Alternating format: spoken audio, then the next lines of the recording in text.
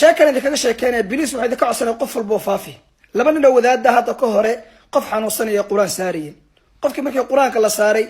shaydaan baa ka dhaxday ama jin baa ka dhaxday markaas mid kamid ah wuxuu yiri wari ayaa tahay sheeg markaas aanu reer hebel baanay labadan wadaad qabiiladooda mid kamid ayuu sheegtay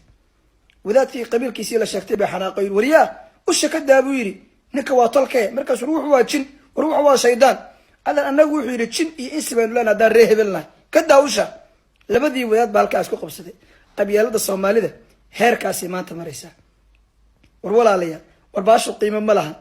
sharaf ma leh diintii baa la qabyaaladey masaajidii baa la qabyaaladey siyaasadii baa la qabyaaladey dalkii baa la qabyaaladey wax walba qabyaalad baan gelin ilaa jinkii maanta la sheegto kaliibkan walaal ilaahay darti u faafi Soomaali xanuunka ay weeyaan cid walba ha gaarto jazaakumullahu khayran walaal ilaahay darti u faafi qof walba ha gaarto maqaalkan iyo hadalkaas